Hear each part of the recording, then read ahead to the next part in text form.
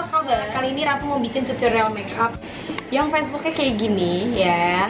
Dan di video kali ini Ratu bikin ada freckles kayak gini, lihat.